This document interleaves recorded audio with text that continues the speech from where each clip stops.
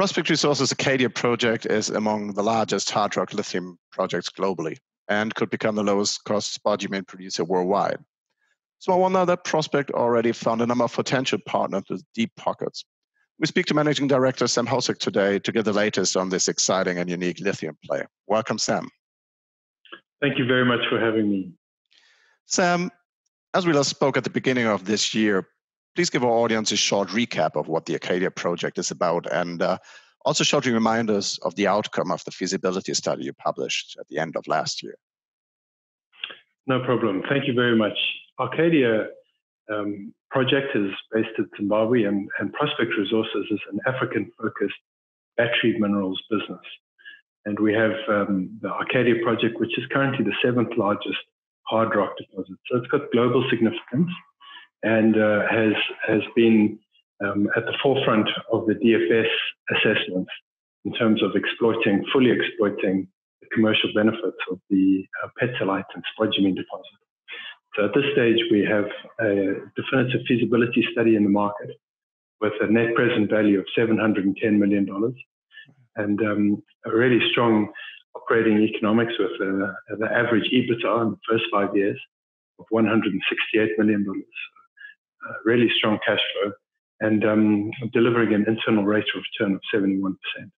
So the outcome of the definitive feasibility study has really positioned Prospect Resources as one of the lowest cost producers of one of the highest grade assets globally and puts us in a very strong position moving forward.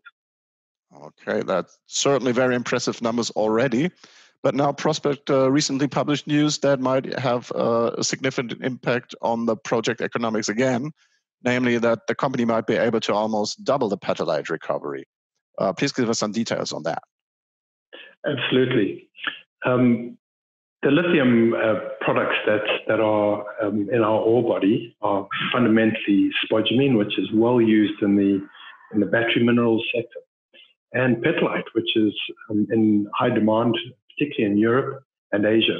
So petalite recovery has been the focus of our attention for at least a year, as we understand it to have about a 60% premium over spodumene. So our team have focused very heavily and joined up with the German business Anzaplan to exploit and to look at means to improve the recovery. And Anzaplan have been very successful using very conventional, standard, mature technology, which is spot flotation. And that recovery in a lock cycle test looks to double total recovery when combined with our flow sheet. So it's a very strong outcome for us and demonstrates the economic benefits of persevering with the technical elements. So we're very excited about that, and that's just one of many of the technical achievements that the team have been focused on in the last year. Okay. So it really puts us in a strong position with the European market, particularly the glass ceramics market, and positioning ourselves to be, frankly, the largest consumer, or the largest supplier of petalite in the world. Oh, very interesting. We'll see how these numbers go. I think you'll be running the numbers now and to see what the economic benefits will be in detail. Yes. We'll come back to the topic of petalite in a second, but okay. I would like to talk about your relationship with Uranium One now. You announced an MOU concerning potential equity investment in Prospect and an offtake of at least 51% of Prospect's future lithium production in December. More recently, though, you announced the engagement of Renaissance Capital in relation to a possible investment in or sale of Arcadia by Uranium One. That led to intense speculation among investors. Please explain what the discussions focus on. Well, thank you. Uranium One is part of the ROSATOM group, which is a state-owned entity, a Russian state-owned entity. And Russia, like every other strategic nation, is looking to secure its own electric vehicle supply chain and input materials. So Uranium One have been in discussions with Prospect and are under exclusivity to look at least 51% of our offtake of spodumene, potentially an equity investment. So there's a really strong strategic interest in our resource, particularly when you contemplate that it has spodumene and petalite. So the credits achieved by selling petalite give you a very low cost base, very competitive platform when you look at the spodumene, which is fundamentally what they're seeking for their electric vehicle supply chain. So ROSATOM is a large group, and the appointment of Renaissance Capital has been as a result of that strong interest from Uranium One.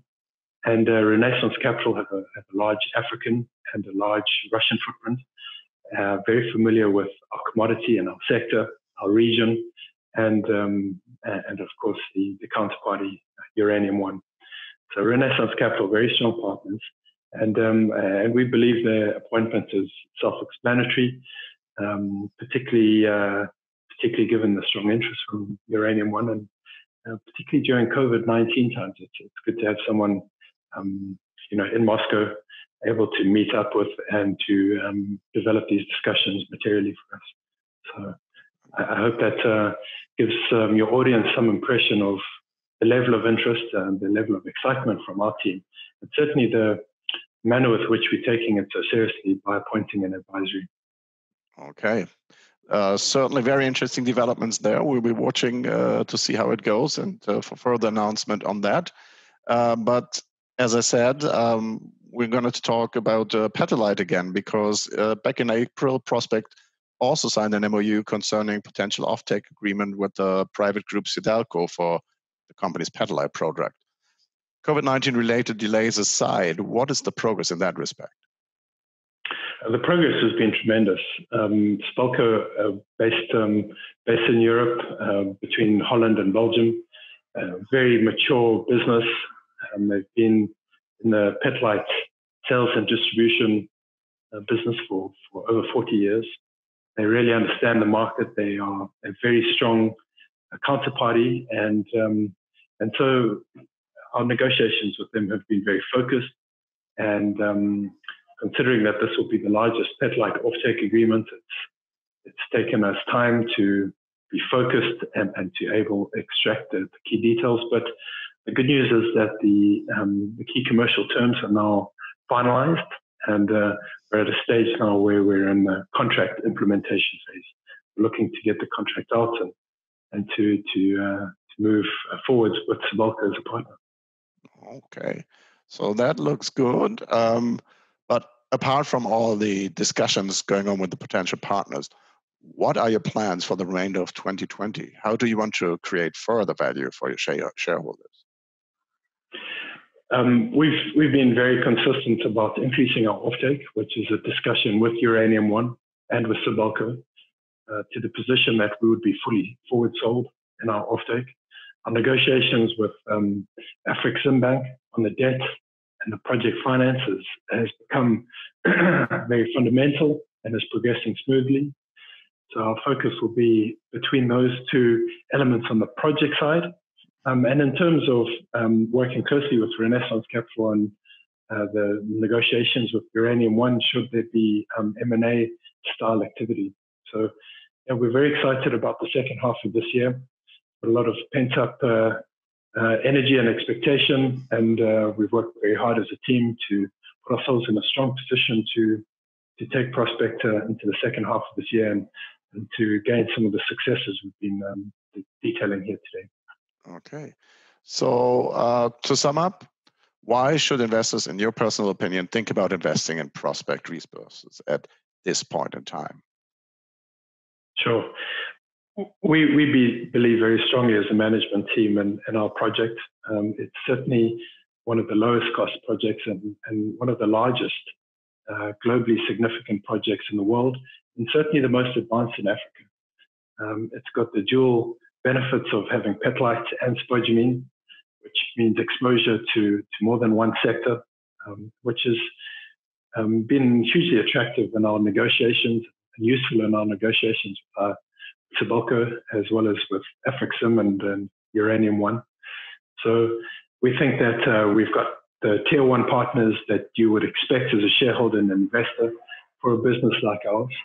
And naturally, we believe very strongly that we've got the right team with the experience, international and African, take this project through its development cycle. So we believe there's a lot of potential opportunity for investors, and we will be quite happy to bring you updates in our development plan as they emerge. Okay. Thank you very much. It certainly looks like you're in a good position already, and we'll certainly follow closely to see how all these things progress. Good luck in your endeavors, and hopefully we'll talk soon when there's new and very interesting and relevant news. Thanks. Thank you very much, Bjorn.